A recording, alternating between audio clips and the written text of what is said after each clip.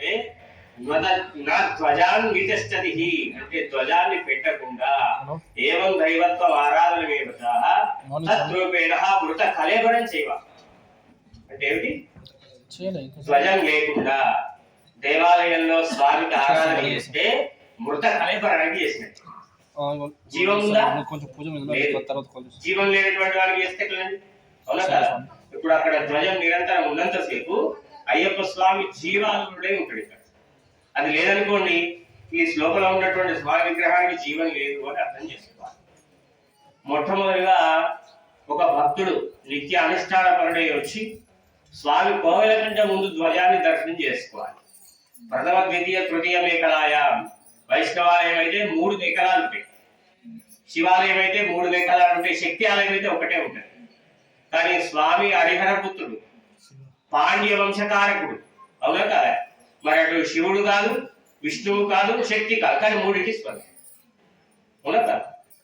శివుని అంశ, నారాయణ యొక్క సంతానము, శక్తి స్వరూపం 3 ఉన్నాయి. మరి ఈయనకి ఎట్లా స్వామి అని అడిగితే ఆయన యొక్క ధ్వజంలో తన యొక్క శక్తిని అంతా నింపేశాడు. ధ్వజంలోనే స్వామి యొక్క శక్తిని నింపేసినాడు. ఆ శక్తిని ఎట్లా ఆవాహన చేసుకోవాలంటే అందరూ కూడా అయ్యప్ప స్వామి ప్రదక్షిణ చేసేటప్పుడు మొదటి ధ్వజం చుట్టే దిగాలంటే అక్కడ ఇక్కడ చేస్తాం. వైష్ణవాలయం శివాలయంలో ఎట్లా చేస్తాం? వైష్ణవాలయంలో ధ్వజం నుంచి మొదలుపెట్టి నారాయణ చుట్టూ తిరిగి ఒక ప్రదక్షిణ కావిస్తాం. శివాలయంలో ధ్వజం నుంచి మొదలుపెట్టి చండీశ్వరుడు అనేటువంటి ఒక స్వామి ఉంటాడు, ఆ చండీశ్వరుడు దగ్గర దాకా ప్రదక్షిణ చేసి మళ్ళీ ధ్వజం దగ్గర పోతే ఒక ప్రదక్షిణ. మరి అయ్యప్ప స్వామికి ఎట్లా చేయాలి ప్రదక్షిణ అంటే ధ్వజం చుట్టే తిరగాలి.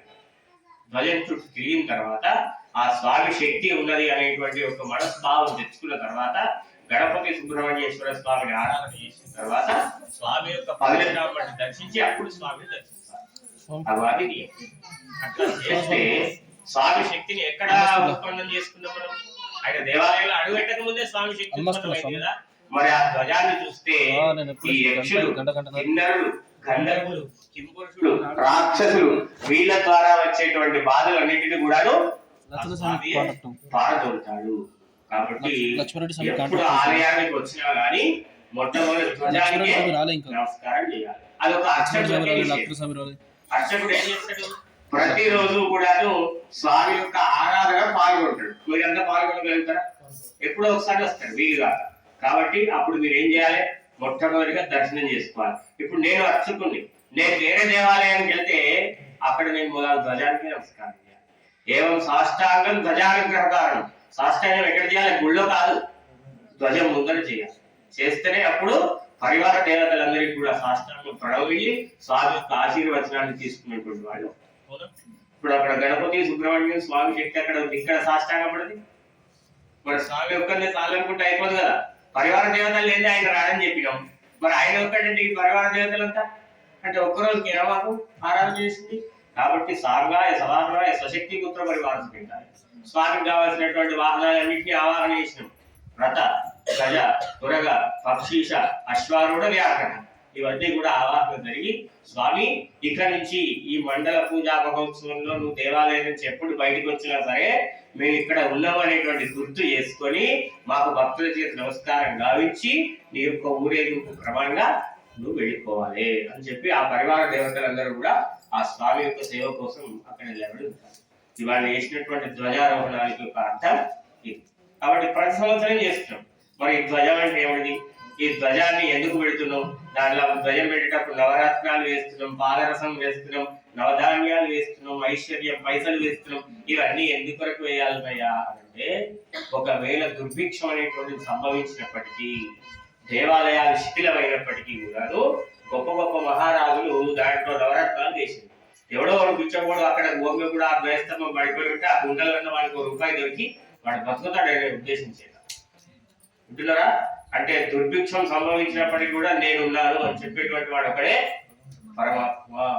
అది ఒక మన హిందూ సాంప్రదాయంలోనే శతదం శత సహస్రదం అంటే 100 ఏళ్ళు కావచ్చు, 100,000 కావచ్చు అనేటువంటిది నిలిచిపోనే ఉంటది. అంటే దేవాలయం అనేటువంటిది ఏదో దేవుడు నివసించే ఆలయం కాదండి, మనిషి యొక్క స్వరూపమే దేవం. ఊర్ధ్వముఖాయ అంటే ముఖం మీద స్వామి ఆశీర్వదించారు. హృదయస్థానే ద్వార అంటే హృదయం ముందు ద్వారం అనేటువంటి, హృదయాన్ని దాటుకొని ఎక్కడికి వెళ్ళాలి? మన హృదయాన్ని దాటుకొని ఎక్కడికి వెళ్ళాలి? పరమాత్మ చెంతకు చేరుకోవాలి. మన హృదయంలో నానా విధమైనటువంటి కోరికలు ఉంటాయి మనకి, అవునా? ఈ కోరికలన్నీ త్యజించి భగవంతుడికి అర్పితం కావాలి అనేటువంటి మనస్ఫూర్తి కలిగినప్పుడే హృదయాన్ని దాటుకొని పరమాత్మ చెంతకు చేరుకుంటాం, అవునా? హృదయం అంటే ద్వారము. తర్వాత ఉదరం అంటే ఇక్కడ ఎంతమంది కూర్చొని భగవంతుడికి ఆరాధన చేస్తున్నారో అంతమంది యొక్క మనస్సును నిశ్చయం చేసేటువంటి వాడు పరమాత్మ. మరి కడుపు ఎంత కష్టపడినా దీనికోసమే కదా కష్టపడేది, అంతేనా కదా? స్వామి ఎంత చేసినా కానీ మాకు ఎటువంటి లోటు లేకుండా చూసుకోండి. లోటు అంటే లోటుపాట్లు ఎక్కడ ఉంటాయి? ఎన్ని తిప్పలు తప్పినా కానీ పొట్ట తిప్పలు తప్పుతాయని. వస్త్రం లేకపోతే అడుక్కొని వందో వేసుకోవచ్చు, అంతేనా కదా? దాంట్లో 10-20 రోజులు అట్లే పెళ్లి మీద ఉంచుకోవచ్చు. తర్వాత నీడ లేదు, ఓ ఇల్లు లేదు.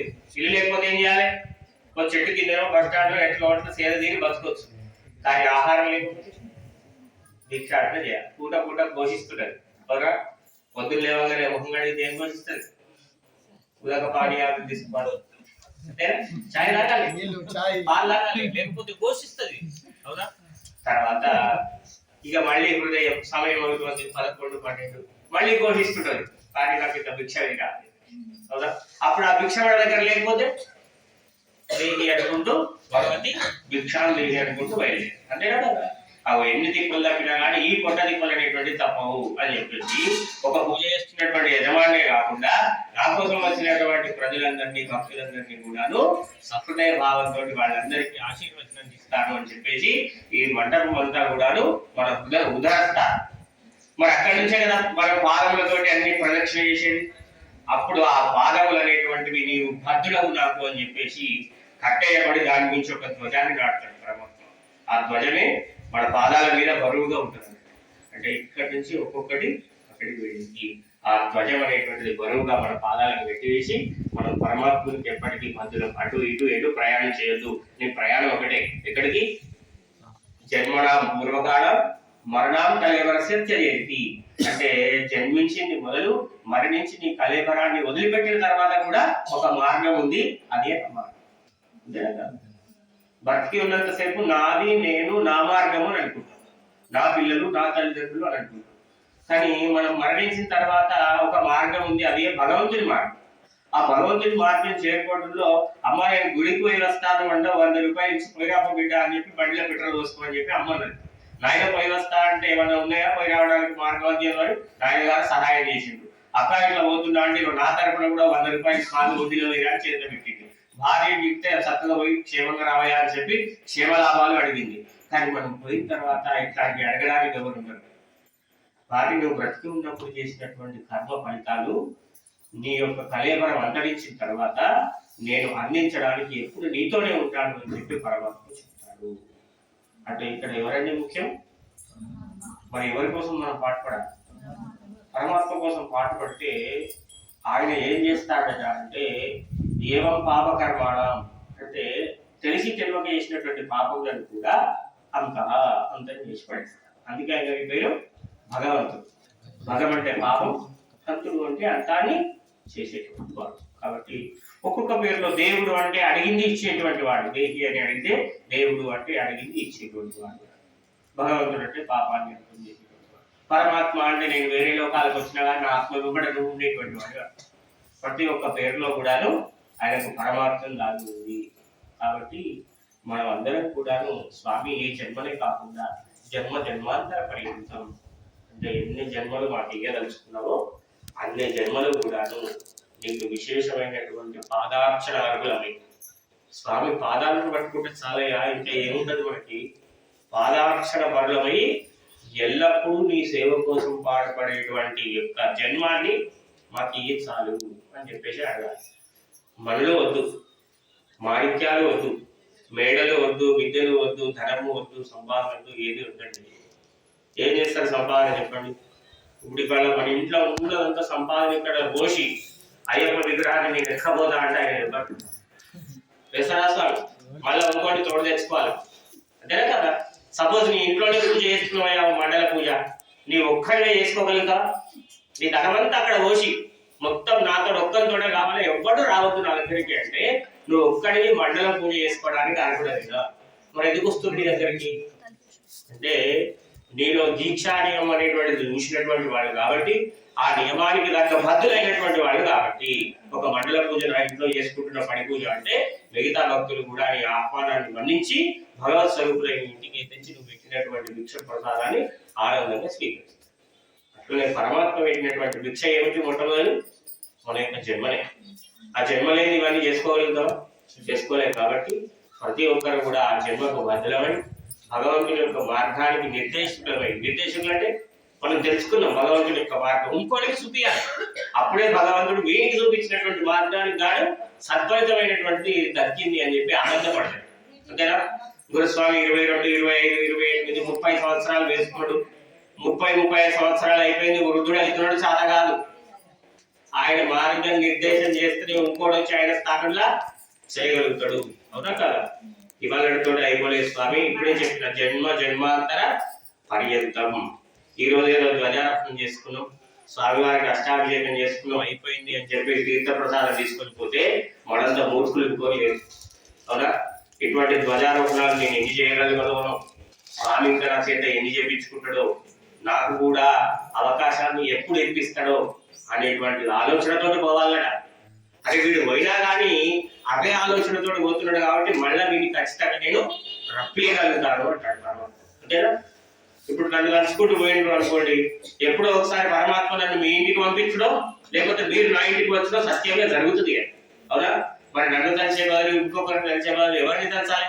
ఎవరి కార్యం గురించి వచ్చామో వాళ్ళని కలుసుకుంటే తప్పకుండా మరలా మనల్ని రప్పిస్తాడు, మన చేత చేపిస్తాడు. కాబట్టి ఇవాళతోటే అయిపోయింది అని చెప్పేసి అనుకోకుండా భవిష్యత్తు తరాలకు కూడాను ఈ యొక్క అమృతమైనటువంటి వాక్యాలను, అమృతమైనటువంటి యొక్క కార్యాలను, సద్భావన కలిగినటువంటి మన యొక్క మార్గాలను దిశానిర్దేశం చేసేటువంటి ప్రయత్నం ప్రతి ఒక్కరు కూడా చేయాలి.